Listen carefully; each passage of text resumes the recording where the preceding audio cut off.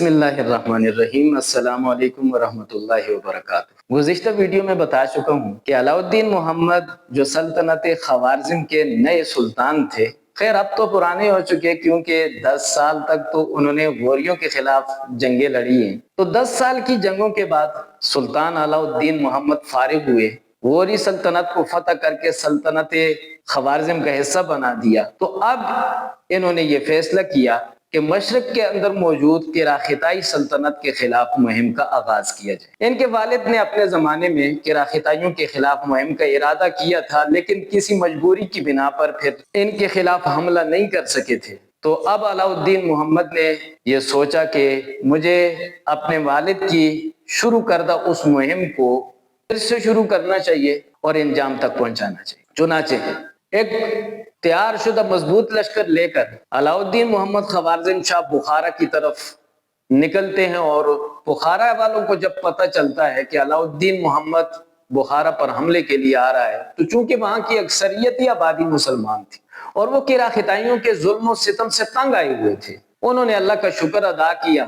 علاء الدین محمد جو ہی بخارا میں پہنچتا ہے، اہل بخارا ان کا استقبال کرتے ہیں اور سارے کا سارا شہر خوش ہو جاتا ہے، کیونکہ ظلم کی اندھیری رات کے اندر علاء الدین محمد ان کے لیے صبح کی روشنی بن کے آیا تھا۔ چنانچہ علاء الدین محمد خوارزم شاہ بخارا کو بغیر جنگ کے فتح کر کے سلطنت خوارزم کا حصہ بنا لیتا ہے، اور یہ پہلے بھی سلطنت خوارزم کا ہی حصہ تھا، لیکن کراختائیوں نے جب دیکھا کہ عباسی اور سلجوقی سلطنتیں کمزور ہو چکی ہیں، تو انہوں نے بخارا اور سمرقند پر حملہ کر کے ان کو کراختائی کا حصہ بنا لیا۔ اس کے بعد علاء الدین محمد نے سمرقند پر حملہ کیا، لیکن وہاں بھی یہی ہوا کہ اس کا گورنر عثمان خان تھا جو کراختائیوں کا کھٹ پتلی تھا۔ علاء الدین محمد نے ایسا طریقہ اختیار کیا، ایسی چال چلی کہ خود ہی عثمان نے سمرقند علاء الدین محمد کے حوالے کر۔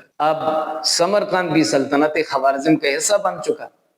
ادھر کراختائی بڑے پریشان کہ علاء الدین محمد نے پہلے سلطنت غوری کو فتح کیا، پھر بخارا کو اپنے قبضے میں کر لیا ہے، اب سمرقند بھی سلطنت خوارزم کا حصہ بن چکا ہے، تو لہٰذا علاء الدین محمد کو روکنا ضروری ہے۔ چنانچہ انہوں نے ایک ٹڈی دل لشکر تیار کیا۔ مشہور مورخ ابن خلدون کہتے ہیں کہ ان دنوں کے اندر کراختائیوں کا جو حکمران تھا اس کا نام تھا تانیکو تراس۔ تانیکو تراس کی 100 سال سے زیادہ عمر تھی اور 45 سے زیادہ جنگیں لڑ چکا تھا۔ 45 تو بڑی جنگیں تھی جس کے اندر وہ فاتح بن کے آیا تھا تو بوڑھا لیکن بڑا عیار، چالاک اور بہادر تھا۔ اس کی قیادت میں کراختائیوں کا لشکر نکلتا ہے، اور ادھر سے علاء الدین محمد سلطنت خوارزم کے لشکر کو لے کے نکلتے ہیں۔ یہ 506 ہجری کا واقعہ ہے اور ربیع الاول کا مہینہ ہے، جمعے کا دن ہے۔ دونوں فوجیں آپس میں آمنے سامنے ایک صحرا کے اندر آ جاتی ہیں، تو علاء الدین محمد اپنی فوج میں یہ اعلان کرتا ہے کہ خبردار کوئی بندہ اپنی تیر و تلوار کو حرکت دے، جب تک مساجد کے ممبروں سے خطیب یہ دعا نہیں کر لیتے خطبے میں اللہم انصر جیوش المسلمین، تب تک کسی نے بھی نہ تلوار نکالنی ہے اور نہ ہی تیر چلانا ہے۔ اللہم انصر جیوش المسلمین دعا پڑھی، جس کا ترجمہ یہ ہے کہ اے اللہ تو مسلمانوں کے لشکروں کی مدد فرما۔ تو علاء الدین محمد نے اپنی فوج اب دشمن سے ٹکرا جاؤ، تلواریں چل رہی ہیں، تیر چل رہے ہیں، گردنیں اڑ رہی ہیں، گردنیں کٹ رہی ہیں، تیر جسموں میں پیوست ہو رہے ہیں، اور مسلمان لشکر تکبیر کی صدائیں بلند کر رہا ہے۔ مقابلے کا لشکر یعنی کراختائیوں کا لشکر بھی بڑا مضبوط تھا۔ سلطنت خوارزم کے لشکر کے سامنے اب وہ زیادہ دیر نہ ٹھہر سکا اور اس کے پاؤں اکھڑنا شروع ہو گئے، اور نتیجہ یہ نکلا کہ کراختائیوں کی زیادہ تر فوج اسی میدان میں ماری گئی، اور جو بچ گئے تھے وہ بھاگ گئے۔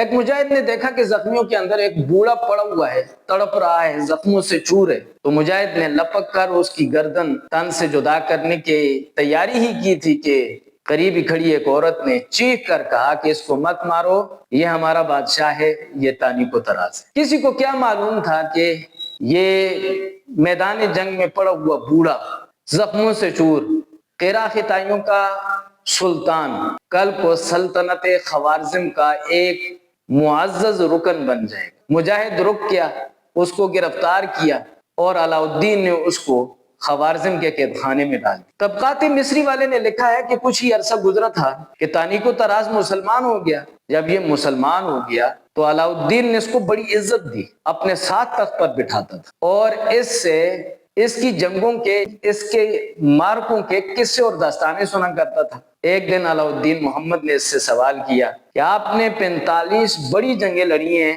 اور جن میں آپ نے کامیابی حاصل کی ہے، مجھے بتائیں کہ آپ نے بڑے بڑے جنگجوؤں کے ساتھ مقابلہ کیا ہے، آپ کو سب سے زیادہ مضبوط، باہمت اور دلیر کون محسوس ہوا؟ تانیک و تراز نے جواب دیا کہ جتنے بڑے بڑے دلیروں کے ساتھ میری جنگ ہوئی ہے ان میں سب سے زیادہ دلیر، سب سے زیادہ باہمت سلطان شہاب الدین غوری تھے۔ اگر ان کا لشکر تھکا ہوا نہ ہوتا اور ان کا لشکر تھوڑا نہ ہوتا تو شاید وہ مجھے شکست دے دے۔ علاؤالدین محمد نے کہا واقعی آپ درست کہتے ہیں، سلطان شہاب الدین غوری واقعی بڑے باہمت، مضبوط اور دلیر مجاہد گزرے۔ اب چونکہ کراختائیوں کے خلاف فتح کوئی معمولی فتح تو نہیں، یہ تو ایسی فتح تھی کہ جس کو سلطان سنجر اور سلطان شہاب الدین غوری جیسے بہادر اور دلیر جنگجو بھی حاصل نہیں کر سکے تھے، حالانکہ انہوں نے بھی کراختائیوں کے ساتھ جنگ شروع کی تھی لیکن انہیں کامیابی نہیں مل سکی تھی۔ علاؤالدین کے لیے یہ بہت بڑی کامیابی تھی، چنانچہ علاؤالدین نے پورے ملک کے اندر اعلان کروایا کہ اس فتح کا جشن منایا جائے۔ اب لوگ فتح کا جشن منا رہے ہیں، چراغاں ہو رہا ہے، قلعے جگمگا رہے ہیں، مسجدیں جگمگا رہی ہیں، شہر بھی روشنی سے رات کو دن کا منظر پیش کر رہے ہیں۔ اس ساری خوشی میں، اس گہما گہمی میں ایک بندہ ہے جس کے آنسو جاری ہیں۔ کسی نے سوال کیا سب خوشیاں منا رہے ہیں، آپ کیوں رو رہے ہیں؟